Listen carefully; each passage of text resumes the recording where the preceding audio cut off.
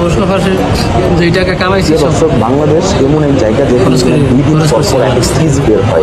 আরেক সিরিজের নাম হচ্ছে আবেদ আলী, যিনি কিনা প্রশ্ন ফাঁসে যা হারাম টাকা টাকা, আয় করেছেন হারাম সব উপার্জন খরচ দান করেছেন আল্লাহর রাস্তায়। চলুন আমরা সেই ভিডিওটি দেখি। সম্প্রতি গ্রেফতার হওয়ার পর এমনটাই বলেছেন বিসিএস সহ বিভিন্ন সরকারি নিয়োগ পরীক্ষার প্রশ্ন ফাঁস চক্রের অন্যতম সদস্য আবেদ আলী। দুর্নীতি বা অবৈধ উপায়ে অর্জিত সম্পদ কি আল্লাহর রাস্তায় খরচ করা আদৌ লাভজনক? এ বিষয়ে কি বলছে ইসলাম? দোয়া কবুল ও আল্লাহর সন্তুষ্টি অর্জনের অন্যতম পূর্বশর্ত হচ্ছে হালাল উপার্জন।